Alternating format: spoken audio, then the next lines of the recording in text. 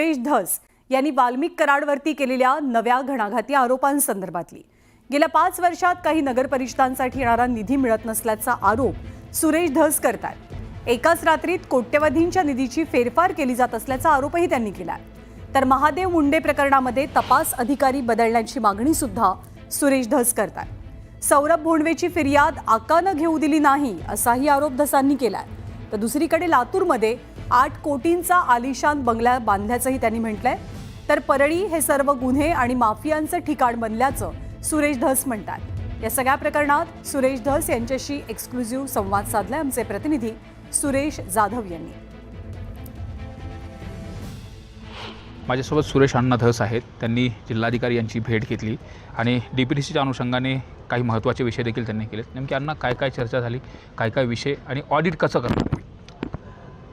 आमचं म्हणणं असं आहे की ऑडिट करा, कारण मागच्या 5 वर्षाच्या कालावधीत आमच्या काही नगरपंचायतींना आमच्या सहित पॉप्युलेशननुसार जे दलित वस्तीला पैसे येतात आणि दलितेतर येतात, हे सुद्धा पैसे आमच्या नगरपंचायतीला नगरपालिकेला भेटलेले नाही आणि सगळेचे सगळे पैसे एकट्या आणि ते बी रात्रीत प्रशासकीय मान्यता आणि इकडं प्रशासकीय मान्यता झाली की तिकडं वर्क ऑर्डर आणि तिसऱ्या दिवशी लगेच बिल। इतकं स्पीडमध्ये काम करणारे मला वाटतं भारत देशात कुठलीही नगरपालिका नसेल। त्या दिवशी आम्ही मागणी केली होती की महादेव मुंडेच्या मृत्यूच्या प्रकरणातली तपास हा LCBकडे द्यावा आणि फक्त LCBकडे देताना ते आकानीच बसवलेलं आहे शेख। त्या शेखला बाजूला सरकून LCBकडे देऊ शकतात SP। नंतर कळालं SPने DYSPची ऑर्डर काढली। कुठल्या? ते अंबाजोगाईचे चोरमले ते माझ्याकडे चालते एकदा अशी पॅन्ट धरून, साहेब मला आष्टीला घेता का? अशा अधिकाऱ्याला जर तुम्ही महादेव मुंडेच्या मृत्यूची तपासणी देता म्हणजे मग तुमचे सबऑर्डिनेट तुम्हाला माहिती पुरवत नाहीत नीटनाटकी।